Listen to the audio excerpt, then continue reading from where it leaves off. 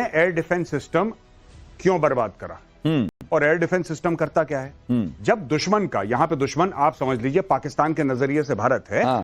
जब दुश्मन अपने एयरक्राफ्ट ले जाता है हवा में, तो सबसे पहले क्या होता है कि एयर डिफेंस सिस्टम को पता लगता है कि दुश्मन के, यानी कि इधर मैं भारत वायुसेना की बात कर रहा हूं, भारतीय वायुसेना, वो आ रहा है। आपने जब वो सिस्टम को ही ध्वस्त कर दिया तो फिर पाकिस्तान अंधा हो गया, पाकिस्तान के रडार अंधे हो गए। और यही, या रडार में भी अगर आ रहा है तो उसके बारे में कुछ करने की क्षमता उसकी जीरो हो गई। बिल्कुल बिल्कुल। तो इसका मतलब कि भारत ने कुछ, देखिए हर समय लर्न करते हैं, हर समय सीखते हैं। और यहां पे जब भारत ने ऑपरेशन सिंदूर करा और ठोका, तो कहीं ना कहीं भारत को पता लगा कि ये अपना ट्रैक कर रहे हैं। उसी के 24 घंटे के अंदर दूसरा ऑपरेशन लॉन्च करके, अच्छा यहां से ट्रैक हुआ था, ओके, यहां से ट्रैक हुआ था, अच्छा लाहौर से ट्रैक हुआ था, अच्छा कराची से, ये सब जगह से ट्रैक हुआ। और होते ही फिर वहीं पर हमारा ड्रोन, उसको ध्वस्त करो।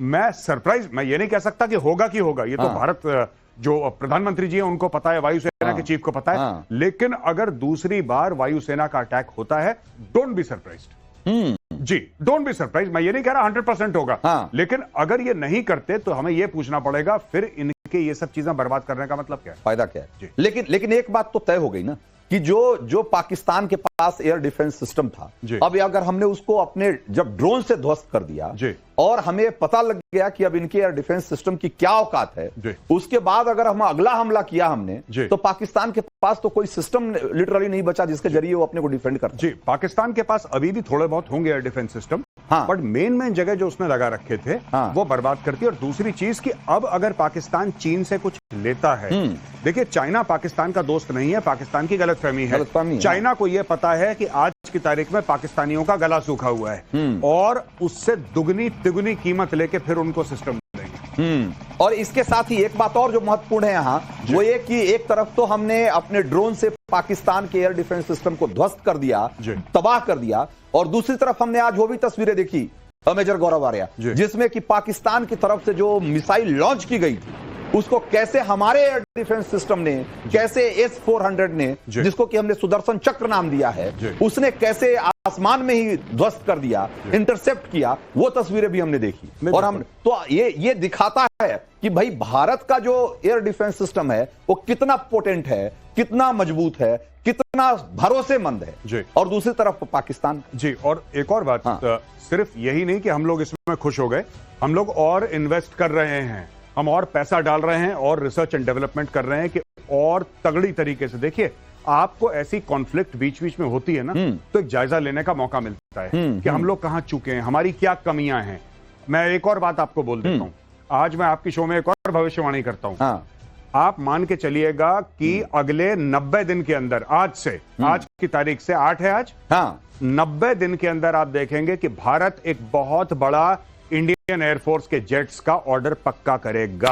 आप अभी ले लीजिए, अरबों डॉलर का ऑर्डर भारत देगा। उसका कारण है, उसका कारण यह है कि भारत में बैठ के, साउथ ब्लॉक में बैठ के जितने भी दिमाग है आर्मी नेवी एयरफोर्स के, वो अभी बैठेंगे और वो बोलेंगे साहब इतनी स्क्वाड्रन होनी चाहिए, इतनी स्क्वाड्रन कम है। ये तो सिर्फ पाकिस्तान था, कल अगर चाइना इन्वॉल्व होता है टू फ्रंट में, आपको क्या चाहिए? ये सारे के सारे गैप्स अभी कम करे जाएंगे, देखिएगा 90 दिन के अंदर आपको खबर मिलेगी, ओनली 90 डेज। और अब जरा एक और महत्वपूर्ण बात जो हम अपने दर्शकों को आज बताना चाहते हैं, आज जैसे कि हमने जब ऑपरेशन सिंदूर लॉन्च किया तो हमारे निशाने पे आतंकी ठिकाने थे और हमने एक झटके में उनके बहुत सारे आतंकी ठिकानों को, बड़े आतंकी ठिकानों को ध्वस्त कर दिया। आज जो हमले हुए हैं इसका जरा सामरिक महत्व जरा आपसे समझना चाहते हैं। आज अगर आप देखिए इस नक्शे पे वो शहर हैं, वो जगह है जहां की आज हमने उनको ध्वस्त किया है। और उसमें जरा देखिए, इसमें चकवाल, अटोक, लाहौर, रावलपिंडी, बहावलपुर, घोटकी, कराची, छोर, शेखुपुरा, गुजरांवाला, सियालकोट, ये सारी जो जगह हैं, इसका क्या मिलिट्री इंपॉर्टेंस है और यहां जो हमने हमले किए इसका मतलब क्या है? देखिए साहब, अगर आप यहां पे आए, अटक एक्चुअली बॉर्डर है खैबर पख्तूनख्वा और पंजाब का, पाकिस्तान के जो पंजाब का, ये अटक उसका बॉर्डर है। ये स्ट्रेटेजिकली बड़ा इंपॉर्टेंट है। चकवाल, ये सारी की सारी जगह पता आपको पाकिस्तान में क्यों फेमस हैं? क्यों? ये टिपिकल पाकिस्तानी पंजाबी जो फौज है उसकी रिक्रूटमेंट बेल्ट है। अच्छा। चकवाल एक ऐसी जगह है जहां पे आपको हर घर से 3 फौजी मिलेंगे। अच्छा। ये पूरी रिक्रूटमेंट बेल्ट है। ये आपको क्या बताता है? ये आपको ये बताता है कि मैक्सिमम 90% जो फौजी हैं पाकिस्तानी फौज में, वो पंजाबी है, वो बलोच नहीं है, वो पश्तून नहीं है, नहीं। तो ये यहाँ पे इनके जितने भी एयर डिफेंस सिस्टम थे, आप देखिए ये लाइन ऑफ कंट्रोल देखिए, आखिर लाइन एक राफेल के लिए है। अगर राफेल यहाँ से चलता है, राफेल के लिए यहाँ से यहाँ तक का फासला कुछ मिनट का है, तो नक्शे में बहुत बड़ा दिख रहा है। हाँ बिल्कुल बिल्कुल। अगर यहां से राफेल अटैक करता है, चाहे यहां से अपना या सुखोई है, आपने सुखोई से ब्रह्मोस मारा फॉर एग्जांपल, उसको पहुंचने में कितना टाइम लगेगा? हमें लाइन ऑफ कंट्रोल पार भी करने की जरूरत नहीं है। ये सियालकोट, गुजरावाला, ये सब फौज के बहुत बड़े बड़े सेंटर हैं। और सबसे बड़ी बात की हमने रावलपिंडी जो उनका सो कॉल्ड हेडक्वार्टर है जी, वहां हमने उनके मिलिट्री बेस पे हमने हमला किया। बिल्कुल, जैसे कि एक कोर हेडक्वार्टर लाहौर है, कराची में 5 कोर है, 5 कोर कराची में है, आप गुजरावाला में कोर है, आपके ये रावलपिंडी में GHQ है, बहावलपुर, हर जगह आप देखिए इनका कोर हेडक्वार्टर, इनकी डिवीजन, इनके किस तरीके, इनके जो स्ट्रेटेजिक एसेट्स हैं, ये जो आप आज की बात कर रहे हैं, जो मैप आपने आज बताया है कि आई थिंक कुछ 9 एक जगह हैं जहां पे अटैक करा है, ये एक सामरिक दृष्टि से महत्वपूर्ण जगह है जहां पे पाकिस्तान ने एयर डिफेंस लगा रखा है। जी, उस एयर डिफेंस का कर दिया इन्होंने गुड नाइट। सो एक तरीके से ये भी एक मैसेज है जी कि भाई आप पाकिस्तान में चाहे जहां बैठे हों, पाकिस्तान की फौज ये सोचती है कि हम इन जगहों पे, रावलपिंडी, लाहौर और कराची जैसी जगहों पे बैठ के हम आतंकियों के साथ मिलकर साजिश रचेंगे, उनको सीमा के पार भेजेंगे और वहां पर कत्लेआम मचा देंगे और हम यहां सुरक्षित रहेंगे।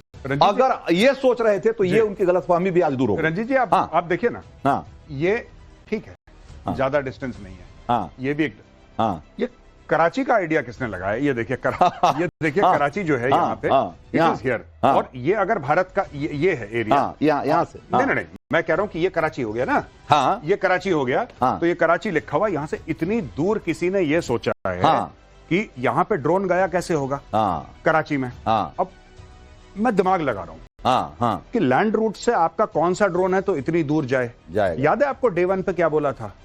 इसमें आर्मी, नेवी और एयरफोर्स है, ये बोला था ना। बिल्कुल। जो ऑपरेशन सिंदूर है उसमें आर्मी, नेवी और एयरफोर्स तीनों का कंट्रीब्यूशन है। अभी तक तो हम सिर्फ एयरफोर्स सुन रहे हैं, अब हमने पुंछ के एरिया में आर्मी का सुनना शुरू कर दिया।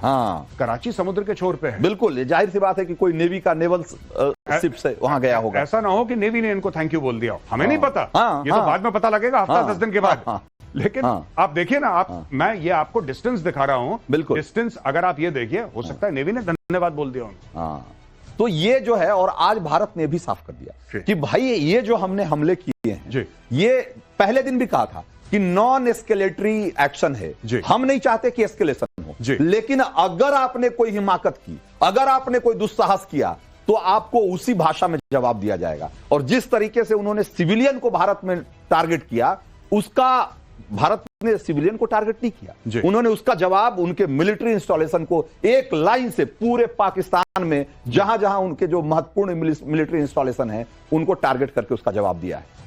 नहीं, और मैं ये चाहता हूं, जैसे हम आपकी शो में ये बोल चुके हैं पहले, और बाकी भी हम इसी चैनल की शोज में बोल चुके हैं कि मैं चाहता हूं कि अब आसिम मुनीर प्लीज अटैक करें, प्लीज, ये मेरी रिक्वेस्ट है जनरल आसिम मुनीर से, क्योंकि अगर आपने भारत के ऊपर बहुत बड़ा हमला नहीं करा जनरल आसिम मुनीर, तो इसकी इतनी थूथू होगी, इतनी किरकिरी होगी कि जीवन भर आपको छुपने की जगह नहीं मिलेगी। पाकिस्तानी कौम आपको घसीटेगी सड़कों पे कि साहब ये बुजदिल, हमारा सिपा सालार बुजदिल निकला। अब आप छोड़िए आतंकवादी जो आपके हैं, लश्कर जैश, इनको मारिए गोली, अब समय है आप सामने आए। आप गाजी हैं, आप मुजाहिद हैं, यहाँ पे काफिर भरे पड़े हैं, इससे बेहतर मौका गजवा हिंद का आपको क्या मिलेगा? आप आइए, स्टेप फॉरवर्ड, हम कह रहे हैं आप आइए। और उसके बाद फिर जो होगा वो पूरी दुनिया देखेगी। तो आज समय की थोड़ी कमी थी, तो आज के देश का मूड मीटर में इतना ही वक्त था। मुझे दीजिए इजाजत, लेकिन मेजर गौरव आर्या आपके साथ बने रहेंगे। अभी प्रतिशोध दिनेश गौतम और मेजर गौरव आर्या के साथ देखिए बस थोड़ी देर बाद। In association with DBS global